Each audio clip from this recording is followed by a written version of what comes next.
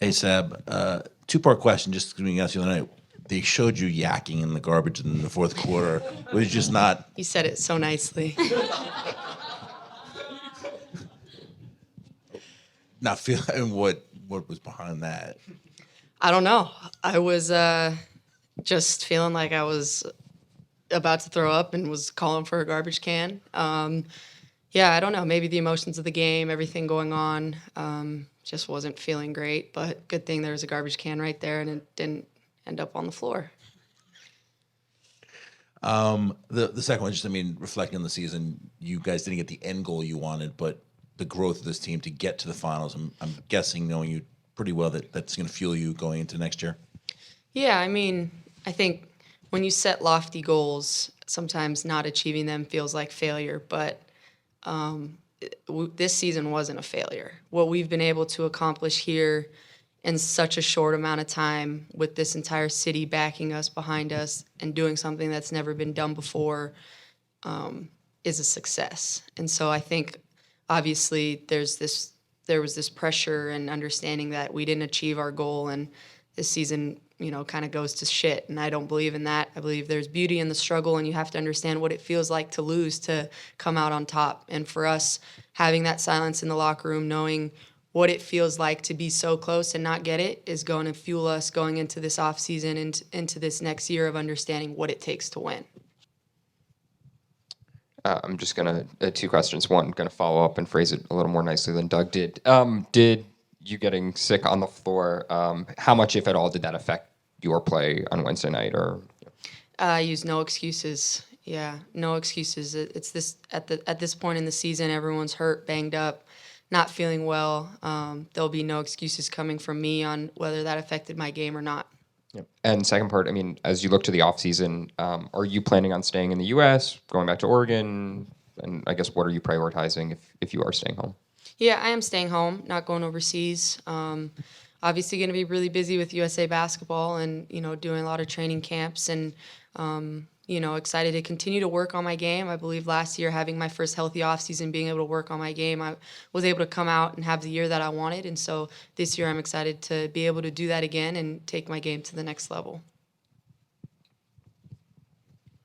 Seb, a couple of part question for this. The first one is just there are a couple obviously significant free agents here with JJ and with Stewie. Now Jonathan's agent, of course, Stewie, but I'm just wondering how much you plan to play a part in trying to make sure that JJ stays and also just in having those conversations about the way this team is built.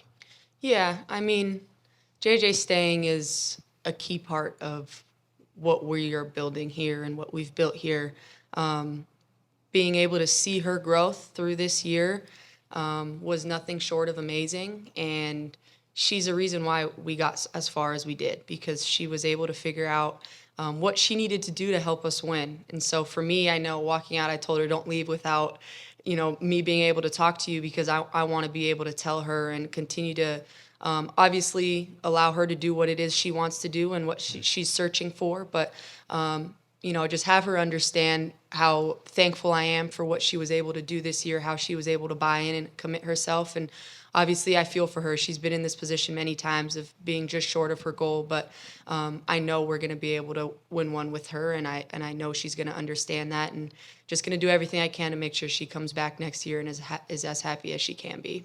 And just for you personally, you have been in a lot of ways a lightning rod in this league when it comes to people's responses, either externally or internally. And I'm just wondering how much you like that and how much you think that is helpful towards the overall growth of the league. This is a very common thing, obviously, we've seen on the men's side for years. Yeah, I'm always just going to be who I am. And I believe there's going to be a million people that try and tear you down. And a lot of people that are going to try and build you up. And I think for me, I've always just continued to be true to myself. Obviously, have a lot of support from the people that are in my circle and have believed in me. And, I've always believed in myself and have understood that it's all part of the process. And so I'm excited that I was able to have the season that I had. All the growing pains, all the good and the bad, I believe has just made me the player I am, the person I am. And I'm excited to see how I respond to the adversity that I've faced this year and come back out on top. Thanks, I appreciate it. Hi, Sabrina. Just a couple here. First, this was your first WNBA Finals. I'm curious if you can explain to us what you learned when it comes to what it takes to be successful in a WNBA Finals. Then I have another. Yeah, I mean, it was a first for a lot of, for me. It wasn't just the finals, it was the semifinals. And there was a lot of firsts for me this year, and understanding that I'm 25 years old and still trying to figure it out. And I think giving myself grace through that process, but also holding myself to a really high standard. And now having those experiences under my belt, I understand what it takes to win at home, what it takes to win on the road, the adversity that you face, and how going into the playoffs is a new year. It doesn't matter what you did in the regular season, but having to take your game to the next level and doing whatever it takes to win at all costs. And so I believe going through this experience this year will shape who I am as a player, as a leader, going into this next season with high expectations of continuing to fight for a championship for New York. And also, I just wanted to get your response to something that Kelsey Plum has said about your team.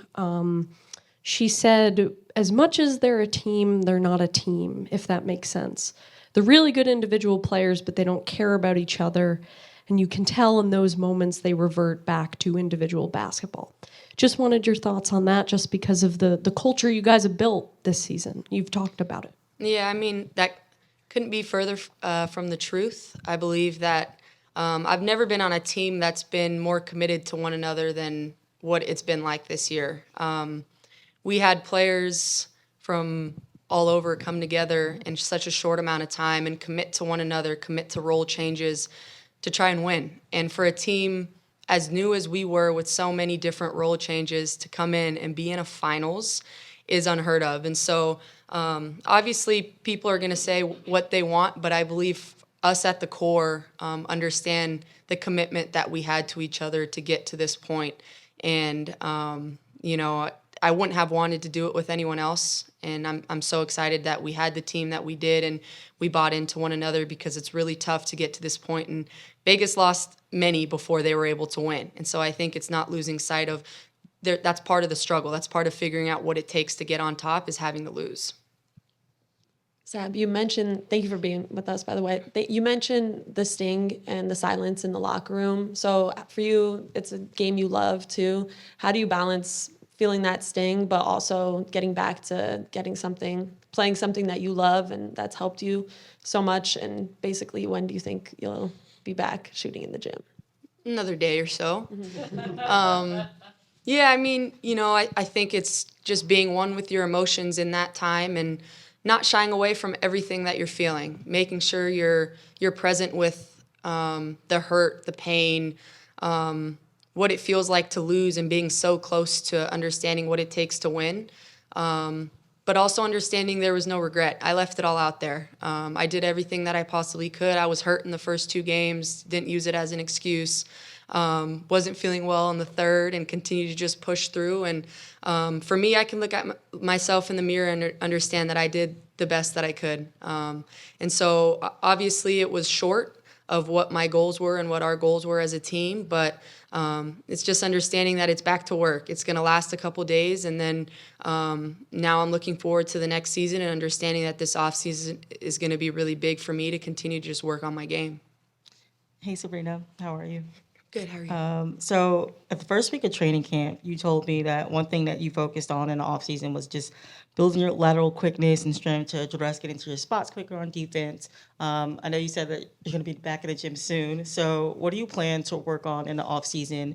And for this final series, was there something that you felt like you wanted to do personally that you were unable to do? Yeah, I mean, I think just working on my overall game, I think I've been able to see the improvement that I had from the three-point line from one season to the next, which was, I think the best shooting percentage that I've had from the three-point line. And, understanding that I want to take that to the next level as well. Continue to work on my shooting ability from all three levels, 3-point line, in the paint, around the rim, but also trying to continue to work on my one-on-one game and use less of screens. I got trapped every single time I used a ball screen and had 2 or 3 people on me, and a lot of the times had to give up the ball. And so I want to continue to work on being able to attack in space and not have to use a ball screen, because then it allows me to go against one player instead of 2 or 3. Going off that, but thinking maybe more so on the leadership side, so much of what this team has been building culture-wise seems to really be predicated on people utilizing their voice. But I'm curious to get your take on what that looks like or felt like to you in practice as someone in the backcourt on this team this year, and what are some of the things in the offseason that you want to focus on from that perspective? Yeah, I'd say it's a little tough to work on the leadership part in the off season when you're not with your team, but I really lead by example, and obviously the way that I work, how hard I commit to my craft, coming in every single night and doing my job, taking care of business, and that obviously started in practice from the first day of training camp, making sure that I was a voice for those that needed it, continue to use, my basketball IQ and my experiences to help a lot of those players that were just coming into the system and trying to figure it out. And so I believe with now a year under our belt with this new core group, we're going to be able to hit the ground running starting training camp next year instead of starting from scratch. Hi, Sabrina. Good morning. Thanks for being here.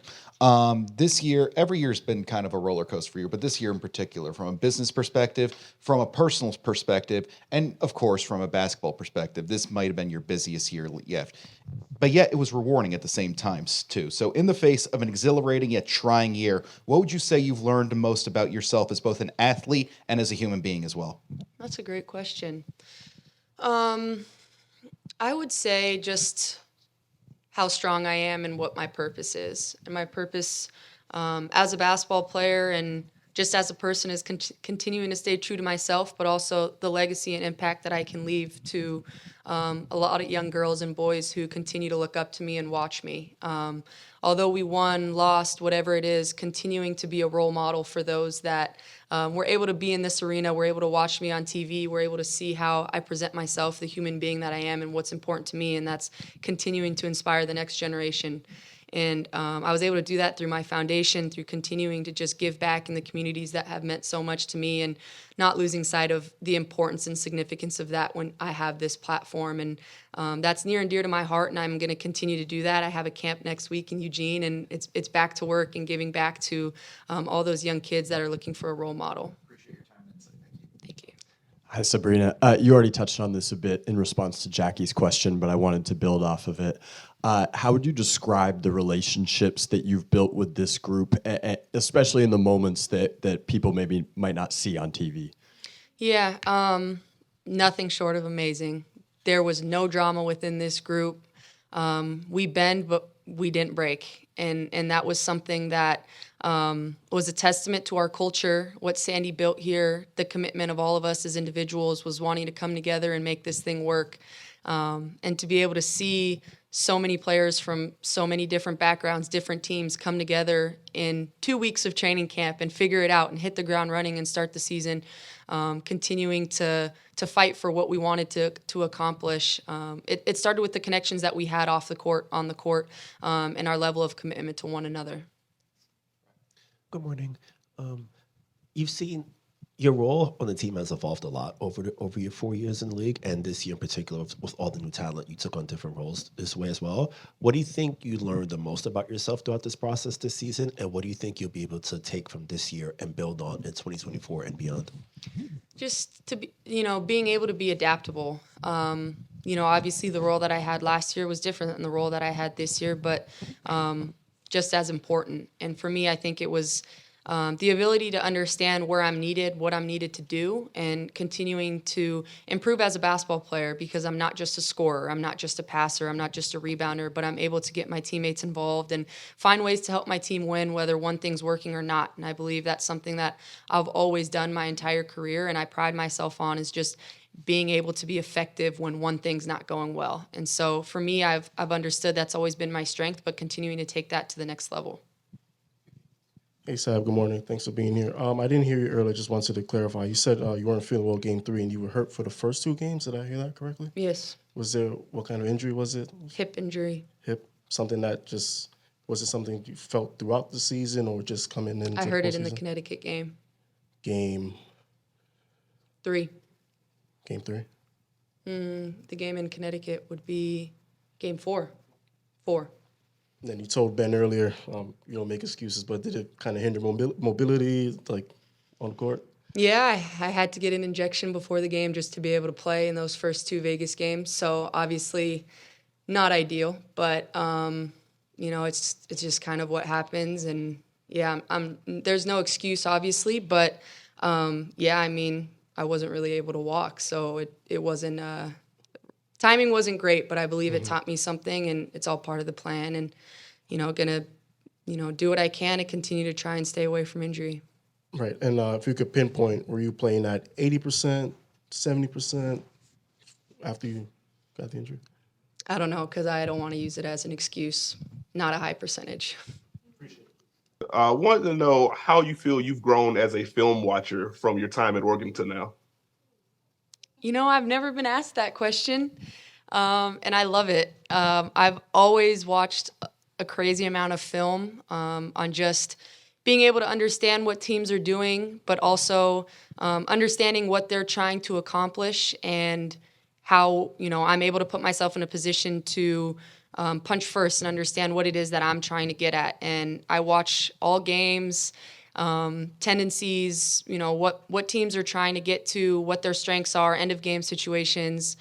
Because when I get out there, I don't want to be thinking about it. I just want to know. And I feel like I've been able to continue to dissect the game and learn at a high level. Obviously, being able to have played now my 3rd season, I'm able to understand, players' tendencies, what their strengths and weaknesses are, and how can I can exploit them. Is there anything in particular that you feel pops quicker for you now?